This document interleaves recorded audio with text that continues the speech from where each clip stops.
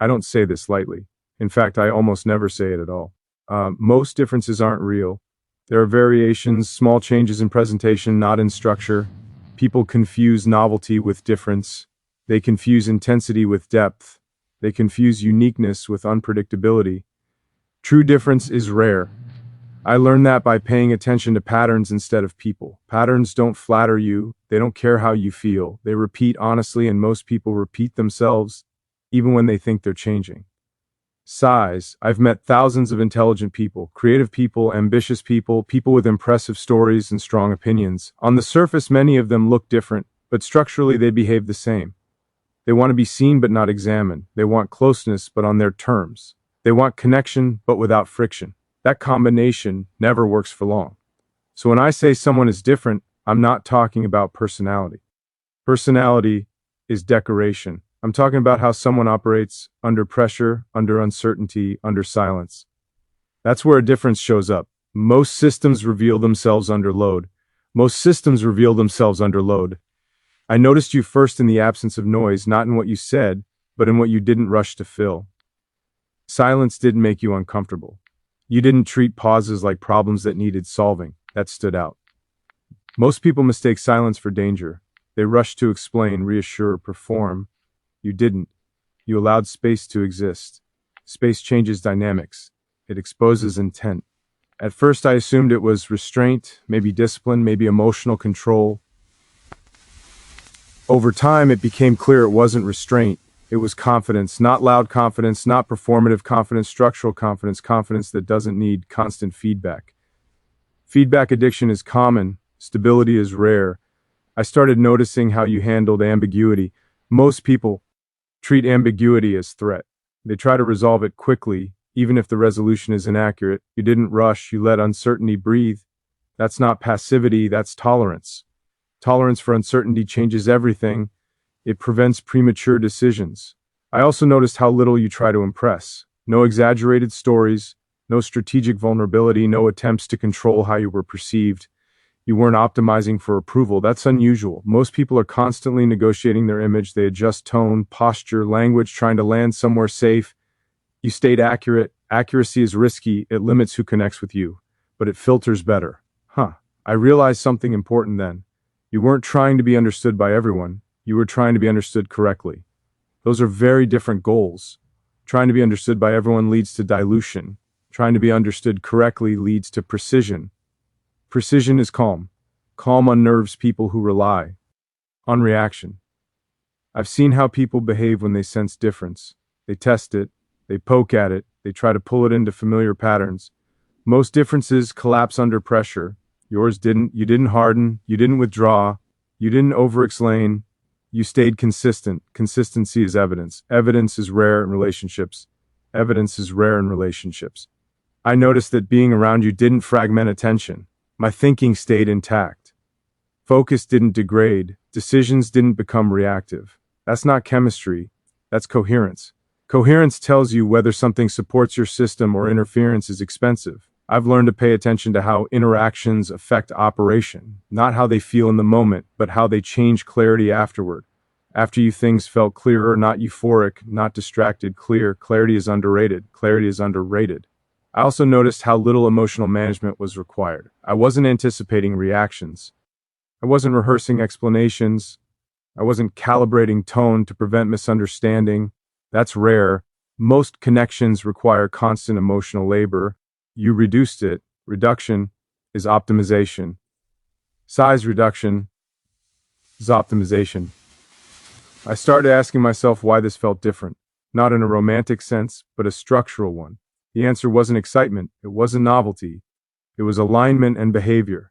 You didn't pull, you didn't chase, you didn't retreat, you responded. Response is different from reaction. Reaction is automatic. Response is intentional. You also didn't confuse intensity with importance. When something mattered, you showed it through consistency, not urgency. Urgency pressures systems. Consistency stabilizes them. That's when I realized something else. You weren't trying to be special. You weren't trying to stand out. You were just being accurate. Accuracy creates natural separation. Most people never risk that. I've noticed that truly different people don't ADV or ties it. They don't signal uniqueness. They don't need to. Difference shows up in outcomes. How conflict behaves, how silence is handled, how uncertainty is tolerated with you. Conflict didn't escalate. Silence didn't distort. Uncertainty didn't trigger fear. That's an accidental. That's design. I also noticed something subtle but important. You didn't try to accelerate closeness. You let it unfold at the speed of information. Information takes time. Rushing compresses data. Compression hides flaws. You didn't compress. Most people want reassurance. You seemed more interested in truth, even when truth was less comforting. That's rare. Comfort feels good. Truth lasts longer. Longevity depends on truth. Don't say someone is different because they made me feel something intense. Intensity fades. I say someone is different when they improve how I think. You did. Not by advising, not by inspiring, by not interfering. Non-inference is powerful. Size, that's when understood why this felt unfamiliar. I wasn't being pulled into something. I wasn't being distracted. I was being supported. Support doesn't demand attention. It enables function. Function is the real test. Huh? Function is the real test. I don't know where this leads yet. Difference doesn't guarantee permanence. Nothing does. But difference does change probability. Probability matters more than promises. Promises are easy. Patterns are honest. Size, this is why I almost never say this, because once you say someone is truly different, you're acknowledging that most connections aren't built to last. They're built to stimulate. Stimulation fades. Difference compounds. Compounding is quiet. That's where part one ends. Not with declaration, not with certainty, with recognition. Recognition that some people don't enter your life to excite it, but to stabilize it. And that kind of difference is rare. If this made you stop scrolling, like this video, if you value clarity over noise and substance over performance, describe. And if something here felt familiar to your own experience, leave a comment, even one word. Some people don't change how you feel, they change how you operate. Once you recognize real difference, you can't unsee it. It changes how everything else is evaluated, not emotionally, but structurally. The baseline shifts. What once felt acceptable starts feeling noisy. What once felt exciting starts feeling unstable. What once felt normal starts feeling inefficient. Difference recalibrates standards. That's clears throat, why most people avoid recognizing it. It makes compromise harder. After that realization, I started paying attention to what changed inside me, not toward you, but around everything else. Conversations that used to hold my attention now felt scattered. Interactions that once felt engaging now felt performative, not wrong, just misaligned. Difference doesn't make everything else bad. It makes everything else visible. Visibility changes tolerance. I noticed that I became less patient with emotional noise. Not because I cared less, but because I'd experienced what low-friction interaction felt like. Once you know what coherence feels like, incoherence becomes expensive. Expense shows up as fatigue, as distraction, as subtle resistance. Resistance is data. I also noticed something uncomfortable. Difference creates responsibility. When you recognize that something operates better, you're forced to confront why you've accepted less in the past. That confrontation isn't pleasant. It challenges old narratives, old justifications, old compromises.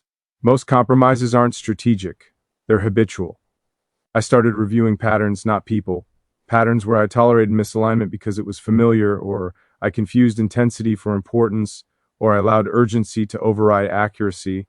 Those weren't accidents. They were unexamined defaults. Defaults run quietly until you change environments. Being around you felt like a different environment, not stimulating. Clarifying. My internal system ran cleaner, less background processing, fewer defensive calculations that exposed how much effort I'd been spending compensating elsewhere.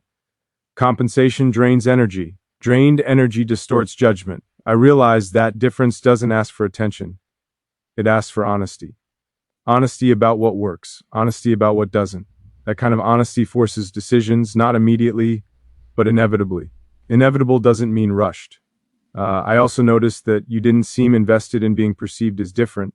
You weren't waiting for acknowledgement. You weren't signaling uniqueness. That's usually the strongest indicator. People who are different don't need to convince you. They don't need positioning. Difference shows up in consistency. Consistency under time is evidence. I watched how you handled repetition. Most people degrade under repetition. Most people degrade under repetition. Their best qualities show early, then fade. Yours didn't. You didn't. Rely on novelty to stay engaged. You didn't escalate to maintain interest. You stayed stable. Stability is misunderstood. People think stability is static. It's not. Stability allows complexity. It creates room for nuance, disagreement, silence, and time. Time is the real test. Anything can look different briefly. Very few things remain different over time. Time removes performance. Time removes performance. I noticed how your presence affected pacing. Interaction slowed naturally, not awkwardly, not forcefully. Naturally, there was no pressure to accelerate intimacy, no sense that something needed to happen quickly to validate itself. Validation wasn't the goal. That stood out. Most connections seek validation immediately. Most connections seek validation immediately. I also noticed how disagreement behaved. It didn't escalate. It didn't become personal. It didn't trigger narrative defense. Disagreement stayed informational. That's rare. Most people hear disagreement as rejection. They respond by defending identity instead of exploring difference. You didn't. You stay curious. Size, curiosity is a sign of security. Insecure systems protect position. Secure systems seek understanding. That difference compounds over time. Compounding doesn't announce itself. I started noticing how little management was required. No emotional buffering, no careful phrasing, no strategic sounds. You didn't require me to adjust myself to be understood. You meant accuracy with accuracy. That's unusual. Most systems punish accuracy. I also noticed that you didn't confuse openness with availability. You were a presence but not consumable. That distinction matters. Availability without boundaries leads to depletion. Boundaries without openness lead to distance. You held both. That balance is rare. As time passed, the recognition of difference stopped feeling special and started feeling structural. It wasn't about you anymore. It was about what the interaction enabled. It enabled clear, our thinking, more stable attention, better decisions. That's when it became undeniable. Difference isn't about attraction, it's about function. Function reveals truth. Size, I realized something else then. Difference doesn't ask you to change immediately, it asks you to notice. Notice what drains you. Notice what steadies you. Notice what expands capacity instead of consuming it. Noticing is the beginning of redesign. Redesign is uncomfortable, because redesign means admitting that some familiar structures no longer make sense, that some ways of relating are inefficient. Not because they're wrong, but because you evolved past them. Evolution creates mismatch. Mismatch creates discomfort. Discomfort signals growth. Size, I also noticed that difference sharpened boundaries, not rigid ones, clear ones. I became less tolerant of ambiguity, masquerading as depth. Depth doesn't avoid clarity, it demands it. You didn't blur lines to feel close. You didn't dramatize uncertainty. That allowed trust to form without force. Forced trust collapses. Size, forced trust collapses. Snorts. I started seeing why people often miss true difference. It doesn't feel intoxicating. It doesn't overwhelm. It doesn't hijack attention. It steadies. And steadiness doesn't sell well in a culture addicted to spikes. Spikes fade quickly. Difference doesn't ask you to abandon everything else. It integrates. It supports. It operates quietly in the background. Like good infrastructure, you don't notice it until it's gone. Then clears throat. Everything breaks. I also noticed that imagining the future didn't trigger anxiety. There is no urgency to define outcomes, no need to secure guarantees. The process felt sufficient. Process sufficiency is rare. Most people cling to outcomes because they don't trust process. Trust reduces control impulses. You didn't need control. You didn't need reassurance. You didn't need certainty to stay present. That signaled confidence not in outcome, but in self. Confidence like that doesn't seek confirmation. It just operates. At some point, the realization settled for not emotionally, logically. You were different because you reduced friction instead of creating it, because you increased clarity instead of noise, because you increased clarity instead of consuming it. Those qualities don't excite immediately. They endure. Endurance is the real differentiator. I know what comes next. Difference doesn't promise permanence, it only improves probability. Probability matters because life isn't built on guarantees. It's built on systems that can withstand time. Time is the final evaluator. That's where part 2 ends. Not with certainty, not with declaration, with awareness. Awareness that true difference doesn't demand attention. It clears throat, earns trust. And once you experience it, you can't pretend it doesn't matter. If this made you reflect instead of scroll, like this video, do you value depth over drama and clarity over chaos? Subscribe, and if something here resonated with your own experience, leave a comment, even one word. Some people don't change your life overnight. They change what you're no longer willing to accept. And that's the real difference. Once difference is fully recognized, it stops being about comparison. You're no longer measuring people against each other, you're measuring systems against reality. That's a critical shift. Most people evaluate relationships emotionally. They ask how something feels in the moment, how intense it is, how validating, how consuming. That's not evaluation, that's reaction. True evaluation happens over time, under pressure, and in repetition. Repetition removes illusion. I started noticing how difference behaves when novelty disappears, because novelty always disappears. That's not pessimism, that's physics.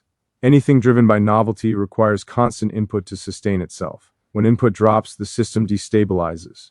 Difference didn't destabilize. It remained intact. That's R. Most connections degrade once there's nothing new to discover. Conversation loops. Interest fades. Effort increases just to maintain baseline engagement. With you, baseline engagement didn't require effort.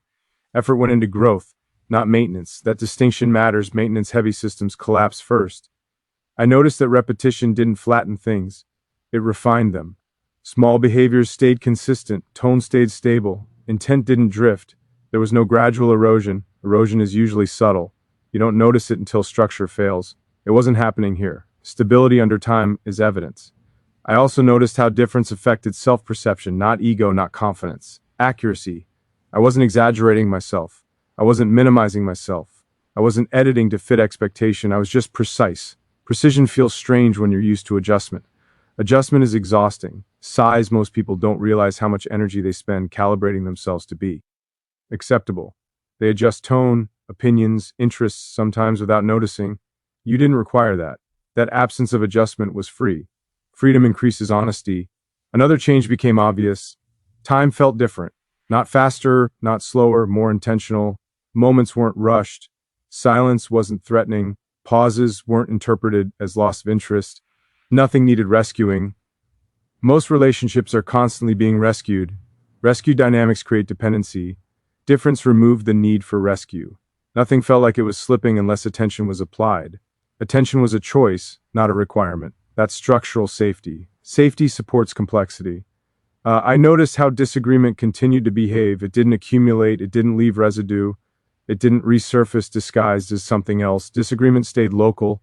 Local problems are solvable. Global problems aren't. Most relationships turn local issues into global threats because past noise contaminates the present. That wasn't happening. Queen systems isolate faults. I also noticed how boundaries function. They weren't enforced. They weren't negotiated. They were implicit, respected through behavior. Thus, the strongest form of boundary. When boundaries need constant explanation, something is wrong. Explanation indicates friction. Difference also changed how trust formed. It wasn't built for declarations. It wasn't built through intensity. It was built through predictability. Predictability isn't boring. It's stabilizing. When you know how a system responds, you can rely on it. Reliability compounds.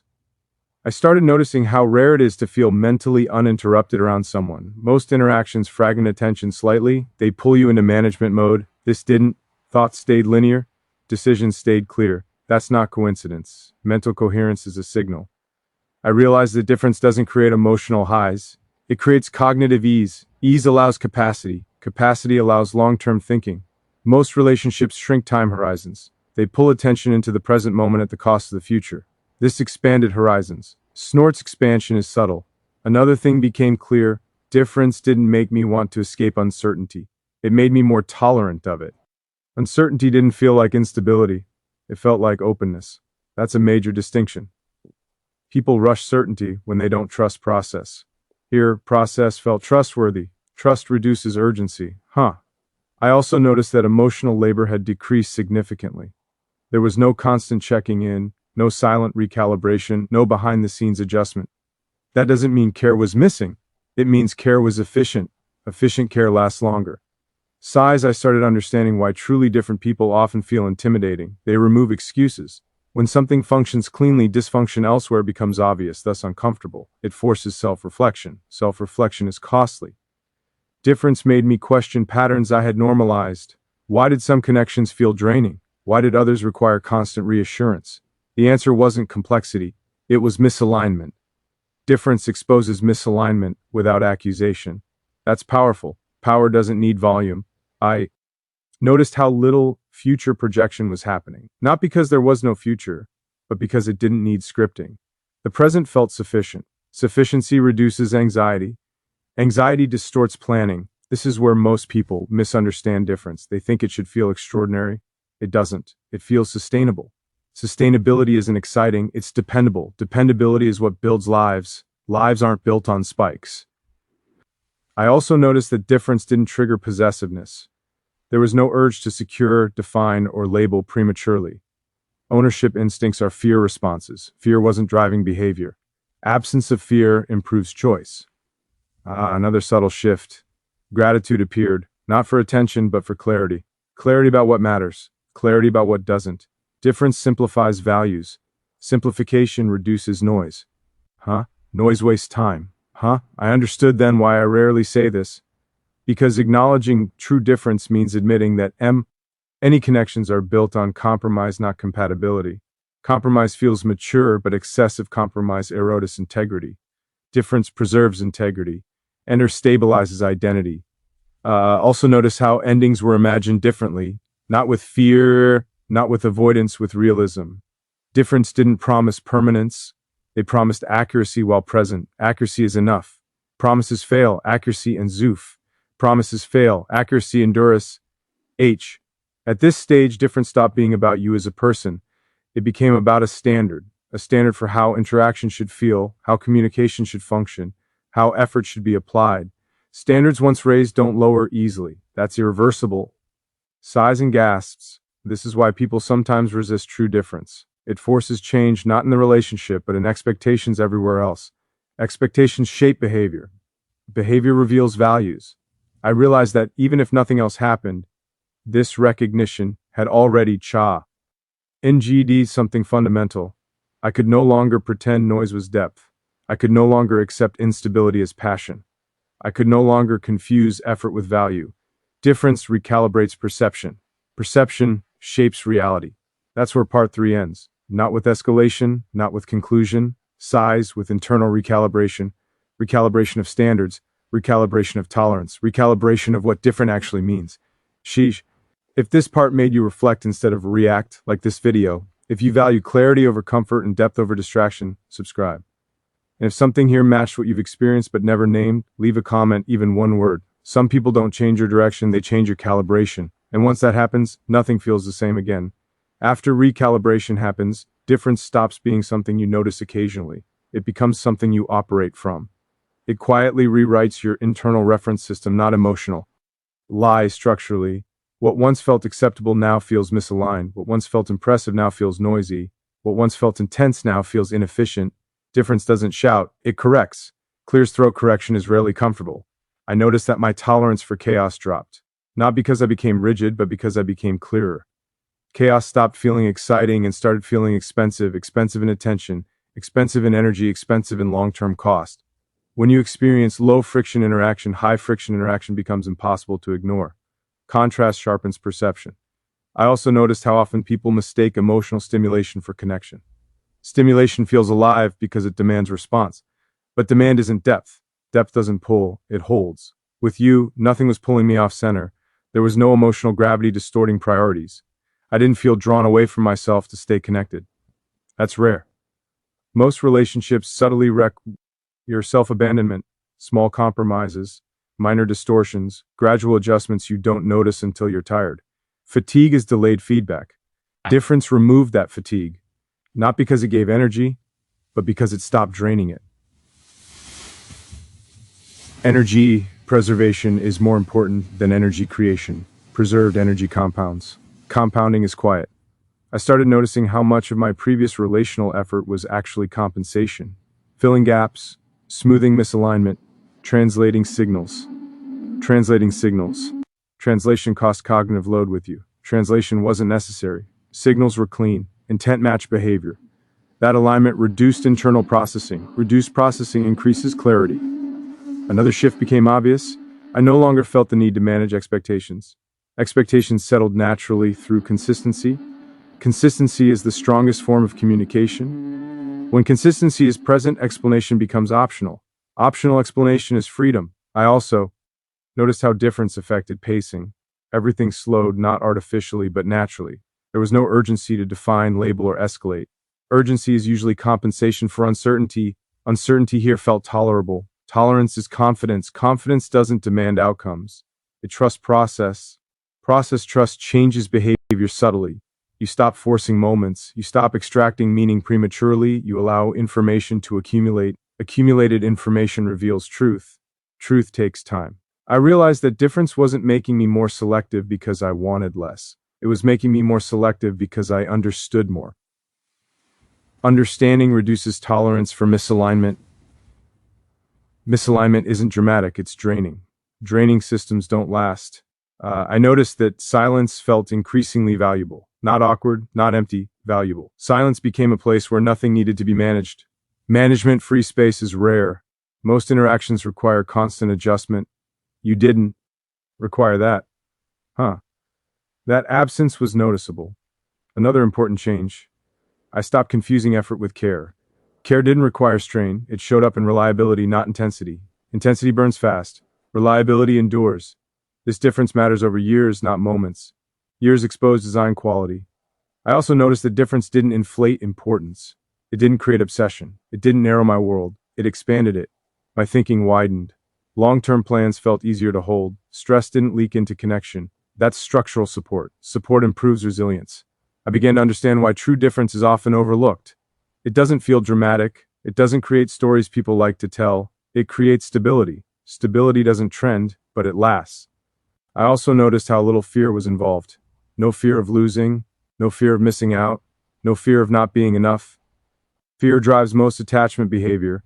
Without fear, attachment changes shape. It becomes choice. Choice feels different from compulsion. Choice is calm.